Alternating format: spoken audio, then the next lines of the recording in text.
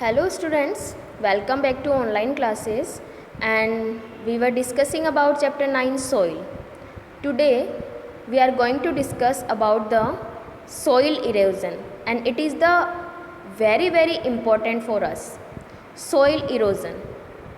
What is soil erosion? The removal of land surface by water, wind or ice is known as erosion. It means कहीं भी किसी भी earth surface से land की जो upper surface होती है, लैंड की अपर मोस्ट सरफेस पे क्या होगा? सोइल होगा, एंड उस सोइल का वहाँ से रिमूव हो जाना, यानी वहाँ से उस अपर सरफेस की सोइल का किसी भी तरीके से अपनी जगह से दूसरी जगह पे चला जाना। और ये किसकी वजह से होता है ऐसा?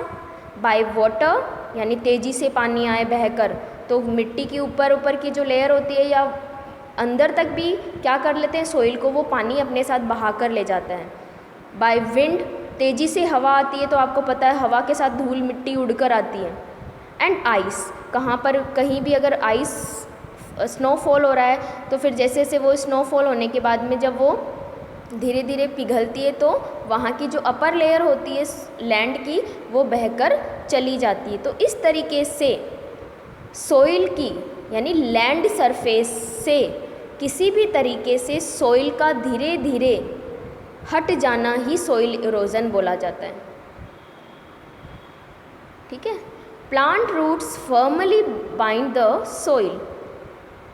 प्लांट रूट्स जो होती हैं वो सोइल को बाइंड करके रखती हैं, सोइल को पकड़ के रखती है।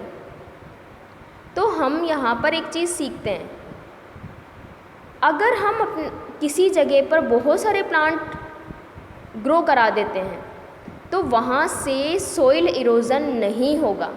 क्यों नहीं होगा? क्योंकि सोइल में उन प्लांट्स की रूट्स ग्रो करती हैं और उन रूट्स से वो सोइल वहाँ पर बाइंड होके रहती है। Okay. In the absence of plants के एब्सेंस में सोइल बिकम्स लूज। सोइल क्या हो जाती है? लूज हो जाती है। So it can be removed by wind and flowing water. और इसी वजह से हवा, विंड और वाटर के साथ में ये मूव कर जाती है। कौन मूव कर जाती है?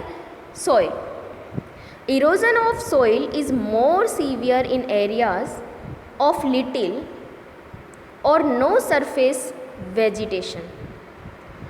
अधिकतर इरोजन कहाँ देखने को मिलता है? ऐसे एरिया में जहाँ पर बहुत कम वेजिटेशन है या वहाँ पर वेजिटेशन है ही नहीं। इट मीन्स वहाँ पर प्लांट्स बहुत कम हों, वहाँ का सोइल इरोजन मैक्सिमम होता है। जैसे कि desert, bare land. Okay. So cutting off trees and deforestation should be prevented and effort should be made to increase the green areas। और सोइल इरोजन को रोकने के लिए हमें क्या करना चाहिए? ट्रीज़ को काटना नहीं चाहिए, डिफॉरेस्टेशन को रोकना चाहिए, है ना। Cutting of trees and deforestation, इस दोनों को ही रोकना चाहिए, प्रिवेंट करना चाहिए।